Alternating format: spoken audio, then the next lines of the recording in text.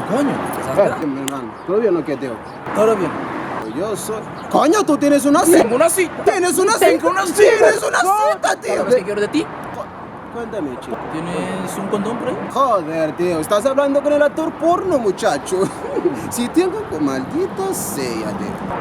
¿Cuánto quieres, muchacho? Uno. ¿Solo uno? Qué poco.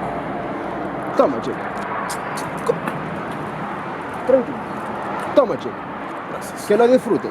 Coño, por favor, dos más por si acaso. Por si se pone... Ah, se pone muy perra, ¿eh? Sí, por favor. Bueno, te entiendo, muchacho. Toma. No le des tan duro, ¿vale? Coño, no. Muy ¡Sí! Voy a darle que te cagas. ¿Eres agresivo? ¿Eres agresivo? Soy... Madre del amor hermoso. Yo te entiendo. Cuando tenía tu edad era así, muchacho.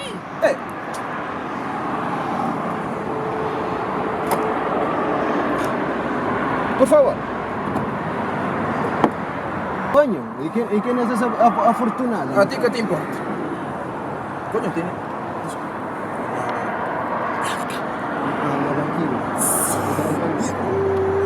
Coño, tienes... Coño, es que... ¿Dos más? Coño, es que... Me pongo muy agresivo con las blancas. Sí. Sí. Te entiendo.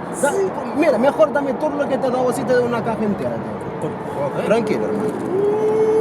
¡Condones gratis! Mira, vete al farmacia a comprar que todavía está abierto. Vete, sal de mi carro. ¿Qué te crees? ¿Te he dado ya? ¿Quieres más? Coño. ¡Que te vayas! Por favor, no quiero cabrearme. ¡Sal de mi vista, hostizo! ¡Ciérrame la puerta, bitch! ¿Qué se ha creído este? ¿Será posible? No me dio